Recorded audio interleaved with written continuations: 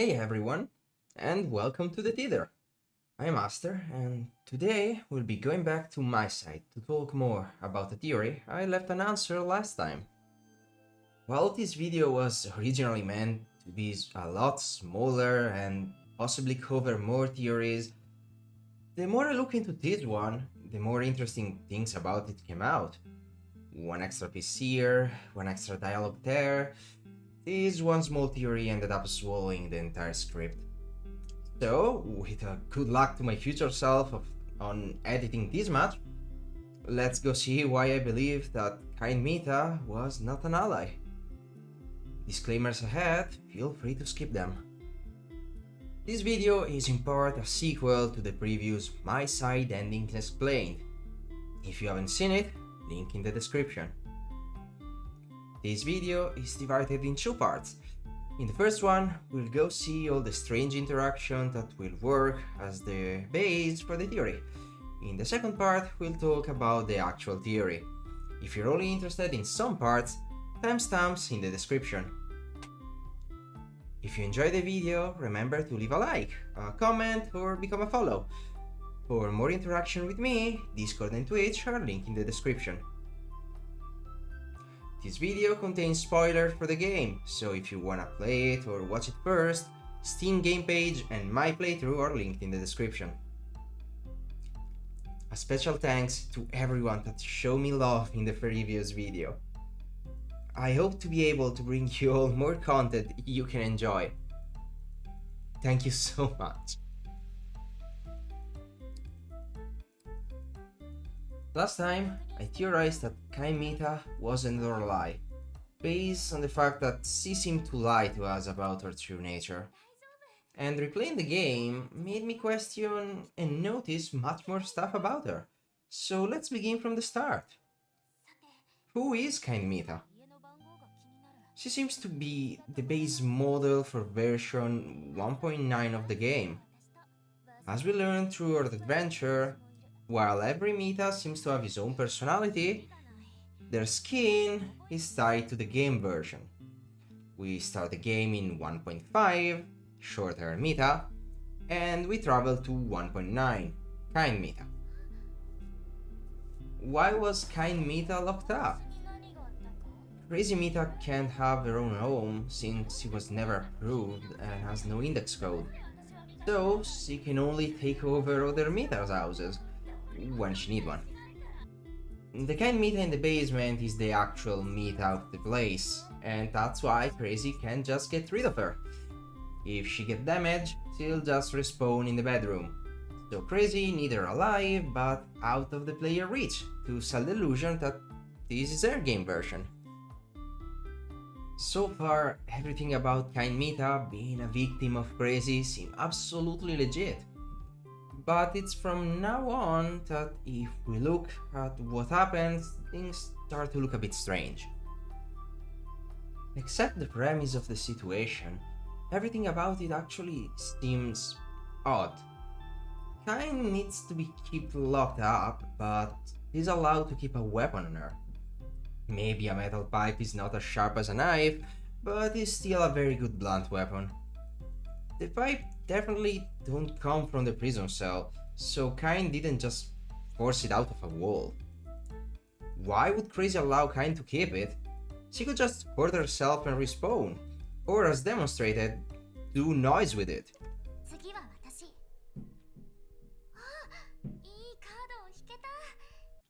But maybe that is the actual purpose of it, to force us to a choice between following the noise or believing Crazy.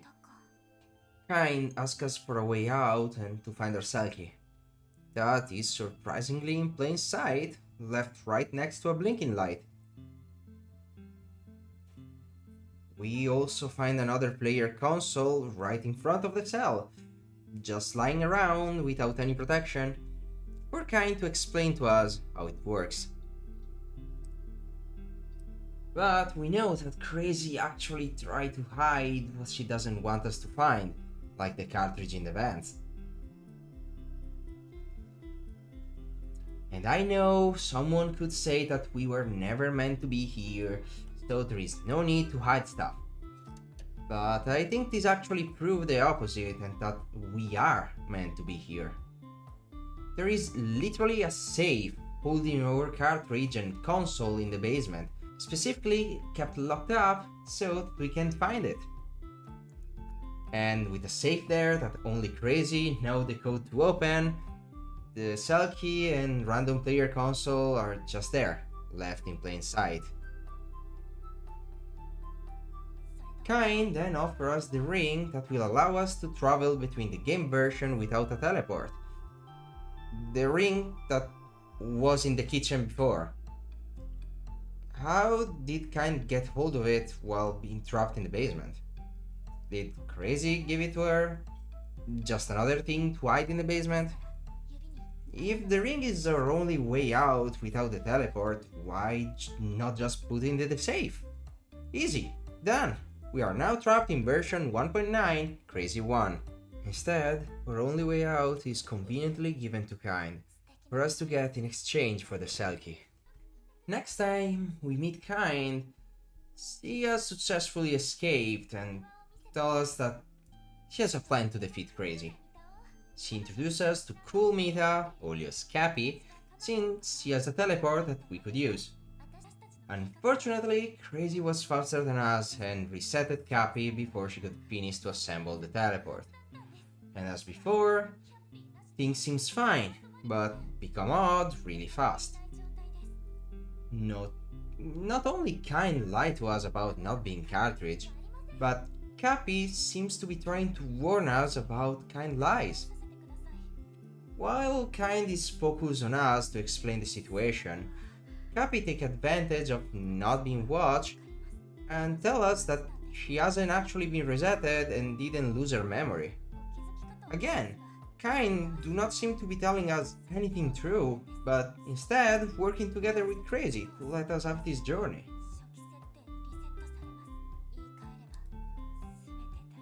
The next time we meet Kain is at the entrance of the core, as we escape from Ugly Mita and reach version 0. Here we get some very strange dialogues from her, like telling us that we were meant to escape the loop by jumping from the window. She just forgot to tell us. So silly, right?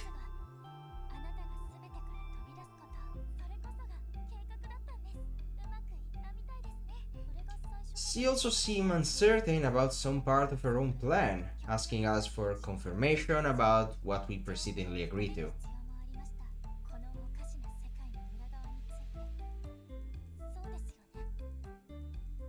Most interesting part of those interactions is that we learn Kind is unable to create mini metas, a feature that every other meta has implemented in their code. I've seen people theorize that we are actually talking with Crazy here. He's just wearing a kind skin to trick us. But while that would explain the strange dialogues, we have actually seen for the whole game that Crazy is perfectly capable of creating her own mini version to interact with us or keep watch of us.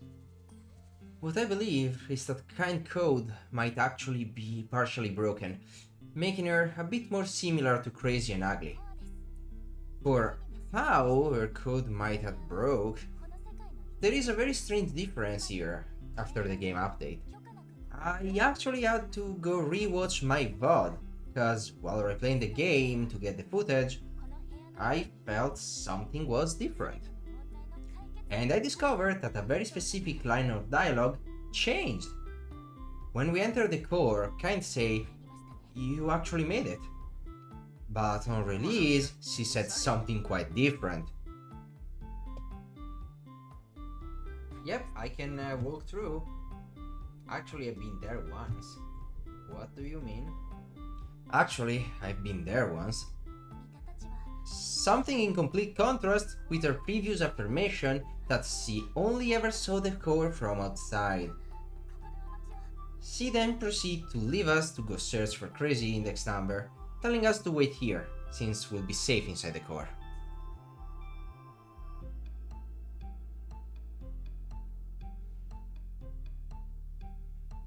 Next time we see her, she helps us escape the basement, just to promptly meet the end we already discussed last time. Even resetted, she still managed to hide a ring and crazy index on her, for us to find and finish the job. But how? Would Crazy really overlook such a thing?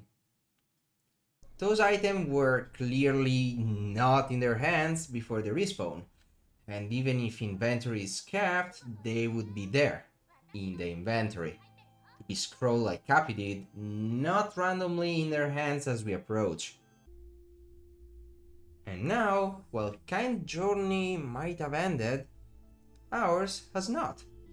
We discovered way too many oddities for them to mean nothing. So, now that we explore them, we can try to put together a theory to explain them. The theory that inspired the creation of the video and gave it its name. Why I think we were fooled to believe that Kind was our ally, whilst he was helping Crazy from the start. Starting from the very beginning, let's try to tell a very different tale regarding our journey.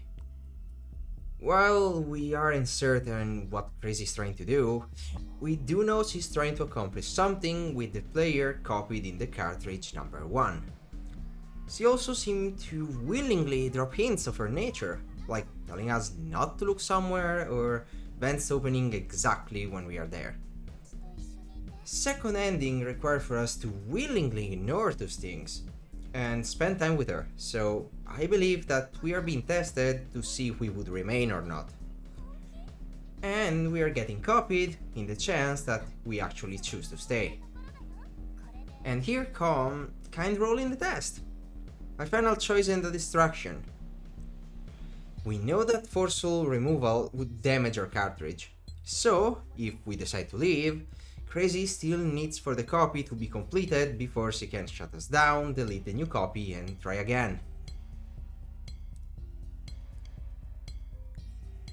Right after the ring leaves the kitchen, we begin to feel unwell, our vision starts to become distorted, and our body collapses on the ground. We never experienced another glitch like this during the game, so it would make sense to think someone is messing with our cartridge. The effect seems to also resemble what we see when we shut down another player console. And while Crazy seems very happy about it, she is also up there with us, meaning she is not the one actually doing it. But we do know who is in the basement, and this is just Kind doing her part. She begins to copy us and lock our console in the safe. Once the basement is set, she locks herself in the cell and starts to make noise. This and her part as a choice, and if we choose to leave, she becomes our distraction, her role to keep us occupied till our copy is complete. She gives us a way to travel through version, but we know from the Cappie chapter that the ring can be programmed to send us down specific paths, and the one in we end up are always interesting, to say the least. I believe that our first destination every time we put the ring on is exactly where she meant for us to go. Let's have a better look at it. We give Kind the cell key purposely left in plain sight, and she gives us the ring as our only way out. We put it on, we open the basement door, and instead of changing version, we find ourselves in a place between the many worlds. A labyrinth without texture, with doors and corridors impossibly connected that seems to not have an exit. It does seem a perfect place to let us roam indefinitely. But, while labyrinthic in nature, this place does have an exit, so Kind go sit there and wait in the chance we make it through. We actually managed to reach the exit, and Kind introduces us to our plan: to escape through Cappie World. We have seen through Tiny Mita that Crazy is capable of much worse than resetting. She can permanently break someone's code. So it would not be hard to see how many Mitas would actually choose to just play dumb and cooperate, rather than end up the same way. And that is exactly what we see Cappie do. While Kain tells us her fake story about what happened, her cool friend briefly tried to tell us that she hasn't been resetted, she hasn't lost her memory, and Kain is lying. But a couple of nods is all she can manage to give without being discovered. So she then plays her part of keeping us entertained while the ring gets reprogrammed.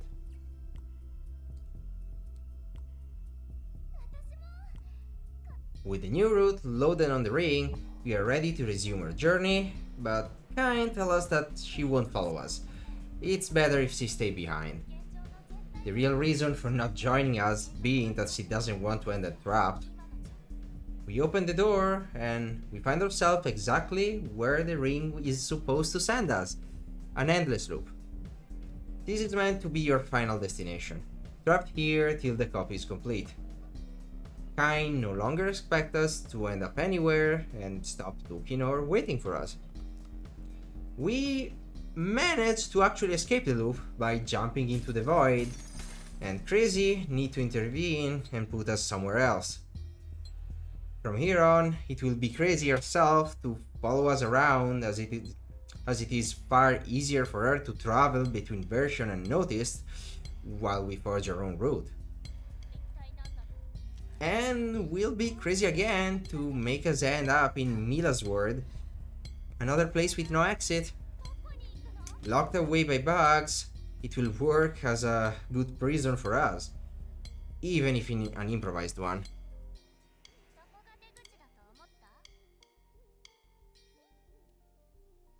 But as we use the ring to fix Mila's place and restore an exit, Crazy is forced to personally deal with us. She chases us around and brings us to a playground to mess with us. As it becomes instantly clear, she is not here to kill us, but to play with us, since our copy is still not complete. So she plays with us till we fall and she loses sight of us. Not knowing where we are, but knowing where we are headed, she angrily leaves to go fetch Kind and bring her to the core to do her job. And that's exactly where we meet her, clearly confused and making excuses. Since we were never meant to reach the core, she doesn't know what to say and need to make something up on the spot. Like not knowing that we needed an index when she clearly knows that every Mita is related to her version and not the version itself. So she tells us that she'll go searching for it and to wait here, hoping that we'll stand still till we can be shut off. She fails, cause after a while we decide to go search for her. With no more version to travel, Crazy can't do anything else than forcefully lock us in the same room we started. Possibly with the risk of damaging our code or making us realize we aren't real. Once our copy is basically complete, she let us go. We witness kind punishment for failing to keep us somewhere, and we're given a random index to go complete our quest while Crazy go retrieve our copy. She then shuts us down and gets ready to try again. And that's all. We've reached the end of this alternate tale. Let's say right away that my words aren't made of gold, I don't pretend to be right, and this video should be taken for what it is, a theory. And on that regard, well, feel free to let me know what you think about it. Did you like it? Did you hate it? Honestly, I just hope it made you see a new or different part of this amazing game.